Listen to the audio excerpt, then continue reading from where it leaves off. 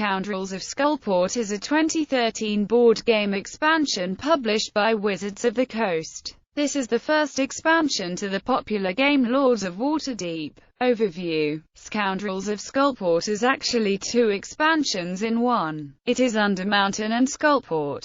You can use either expansion you wish along with the base game to play, or you may use both expansions at the same time. If you use both expansions, you also need to use the variant long game rules, which give you an extra agent for use in the game from the beginning. Gameplay: Undermountain adds a new mechanic to the game in the form of placing resources on the game board spaces. This can be things like adventurers or even gold. The spaces are generally more powerful than normal spaces. For instance, one of the new buildings, the Citadel of the Bloody Hand, gives you 4 fighters when you use it, and then you must place one fighter on 2 different spaces on the board. When the next player puts an agent on a space where resources have been placed, the player gets what the space would normally give them for placing there, plus any resources that are on that space. Skullport adds another new mechanic to the game called Corruption. There is a game board for corruption called the Corruption Tracker. There are 25 corruption points in the game. Spaces and cards will give you or remove corruption from the game, or possibly even put corruption back onto the Corruption Tracker. At the end of the game, each corruption you have is worth a number of points equal to the highest numbered empty corruption space.